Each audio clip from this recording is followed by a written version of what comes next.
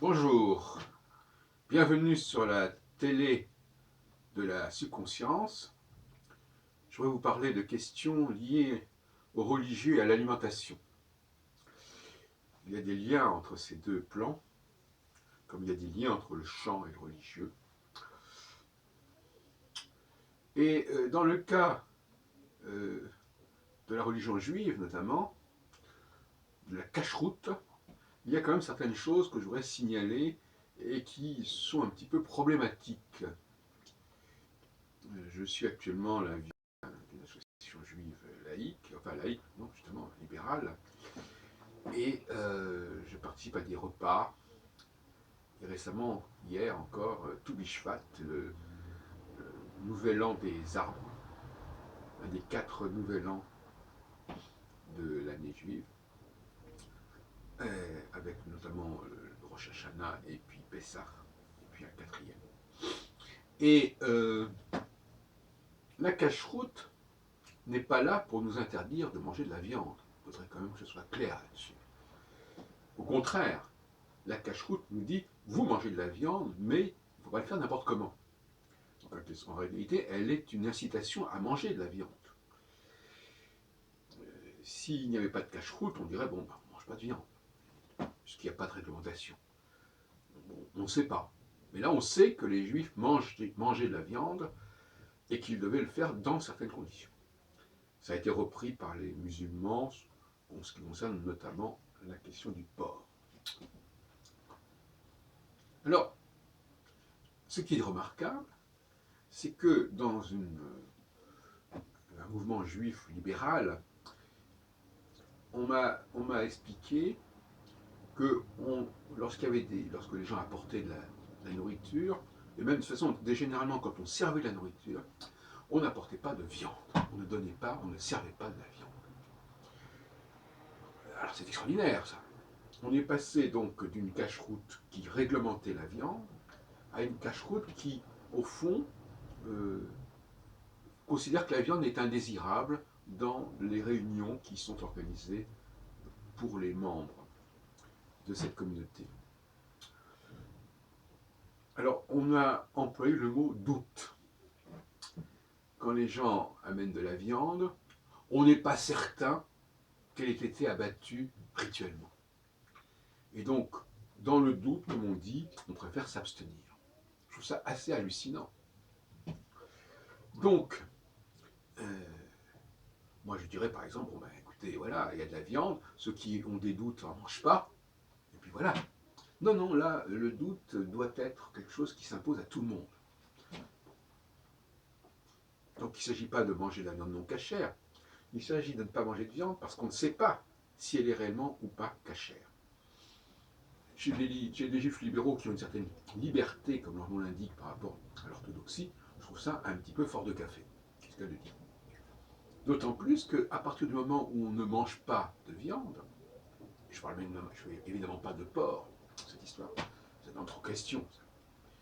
On peut quand même s'apercevoir si la viande est du porc ou pas. Mais à partir de là, est-ce qu'elle a été abattue rituellement ou pas? Ça devient de la superstition, à la limite. Surtout chez des juifs libéraux qui ont quand même une approche un peu plus rationnelle des choses et un peu plus moderne des choses. Alors qu'est-ce qu'on nous propose à la place? On nous propose, comme disait l'autre jour le docteur Sartène, Richard Sartène, des plats du pauvre. Il parlait des fonds d'artichaut en disant c'est la viande du pauvre, du moins telle qu'on en parle en Bretagne. Alors donc voilà, alors une collection hallucinante, un buffet formé de toutes sortes de tourtes, de tartes, aux poireaux, aux légumes, etc., de quiches, etc. Et tout cela à la place, en quelque sorte, de la viande. Et je trouve ça de la malbouffe d'abord, et je trouve ça inacceptable. Car la religion ne nous dit pas de ne pas manger de viande. Elle ne nous dit pas de nous nourrir de légumes et de tartes dont on ne sait jamais exactement comment elles sont d'ailleurs fabriquées et qu'est-ce qu'on y met. Bon, elle ne nous dit pas cela. Elle nous dit purifier la viande.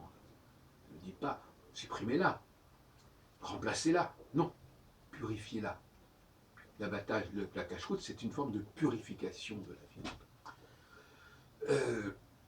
Donc, voilà. Alors, pour les fruits, c'est pareil. Pour les fruits, c'est à peu près pareil. On ne nous sert pas de fruits, très peu, on nous sert des tartes, on nous sert des gâteaux, on nous sert toutes sortes de viennoiseries, etc., de pâtisseries orientales, etc. Bon. D'accord, bon, mais tout ça, ce sont encore une fois des substituts, des ersatz, des succédanés. Mangeons des fruits, mangeons du raisin, mangeons des clémentines, je sais pas. Bon, mangeons des choses, des litchis. Alors, ce qui est assez curieux, c'est que en plus, ce nouvel an des fruits. Et alors, ils nous disent des choses très intéressantes. Puisqu'ils nous disent, il y a 3 types de fruits. Il y a les fruits qu'il faut éplucher, comme, je sais pas, comme la banane par exemple. Il y a des fruits qui ont un noyau, comme la date. Et il y a des fruits qui n'ont pas de noyau, comme la figue, et qu'il ne faut pas éplucher. Donc ça c'est très bien. Alors, bien sûr, le problème c'est qu'on n'a pas forcément tous ces fruits-là à ce moment-là. Mais alors, on nous propose quoi à la place? On nous propose des figues sèches, des fruits confits, des dattes confites. Au lieu du raisin, on nous propose des raisins secs, des fruits secs, des amandes, des grenades. Tout ça est très bien. Mais là encore, on nous parle véritablement des vrais fruits. On nous parle de ces fruits que l'on consomme, on les imagine tout de suite. C'est les fruits du jardin d'Éden, d'ailleurs, les fruits du paradis. Le mot paradis vient du mot verger. C'est peut-être pas le meilleur moment de l'année pour le faire, effectivement, le mois de février, mais enfin, bon, c'est tout problème. On est obligé de faire venir des fruits de contrées éloignées, ce qui est un petit peu étrange. Et certains, comme Israël, les fruits étaient probablement plus mûrs plus tôt. Non, on les fait venir de l'hémisphère sud. Bon, peu importe. Mais ce que je veux dire par là, c'est que la mandarine, par exemple, bon, c'est un fruit qui s'épluche. Là, bon, là, on mange des mandarines. Pourquoi aller manger des fruits secs? Ça aussi, je trouve ça insupportable. C'est comme l'histoire des fonds d'artichaut. Les fruits secs, c'est pas la nature. C'est pas vivant, les fruits secs. Hein? Heureusement, quelqu'un avait apporté une grappe de raisin, je sais pas, qui venait probablement du Pérou ou d'Afrique du Sud, enfin, peu importe. Mais les gens mangeaient des choses comme ça. Bon, là aussi, je trouve ça assez déprimant, pour dire la vérité. Donc, moi, je pense que, bon, si les gens veulent manger des tartes sucrées, des tartes salées, parce que c'est vraiment le concept de la tarte à tous les coups. La tarte, la tarte, la tarte. Bon, des gâteaux, des gâteaux, des gâteaux, des biscuits, qu'ils le fassent, mais qu'il y ait aussi un espace pour des gens qui veulent manger de la viande grillée, je sais pas, peu importe, du poulet, tout simplement, qui veulent manger des fruits frais. Hein. Aujourd'hui, effectivement, les clémentines, on en trouve partout. Voilà, des choses légères, peut-être moins excitantes, parce que plus prévisibles. Moi, personnellement, je préfère manger des choses simples comme du poulet ou des mandarines que d'essayer de goûter je ne sais quelle mixture que quelqu'un a pu concocter sous une forme de quiche ou de salade, machin truc, etc. Je sais pas, j'ai pas un... Bon, c'est vrai que c'est vrai qu'on peut être excité par la nouveauté. On dit tiens, ce truc-là, qu'est-ce que c'est? Ah oui, c'est étrange. On fabrique des objets, parce que fin de compte, la tarte, c'est un objet.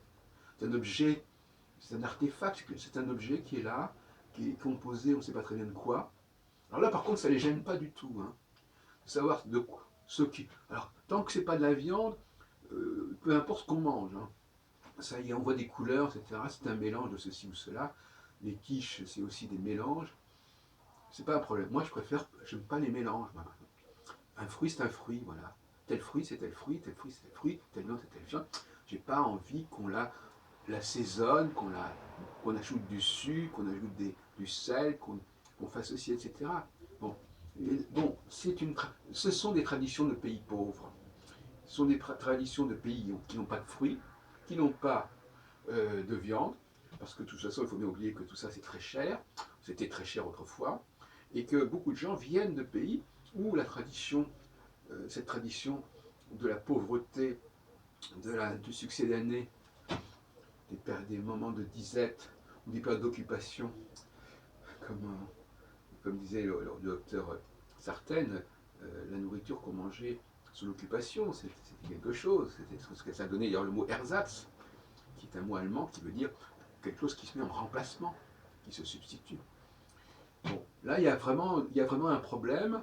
Je pense qu'il faut militer, ne pas obliger les gens à manger certaines choses, mais que ça existe, et que ceux qui veulent manger de la viande puissent manger de la viande, qu'il n'ait pas besoin de se charger l'estomac avec des tas d'inventions culinaires plus ou moins heureuses.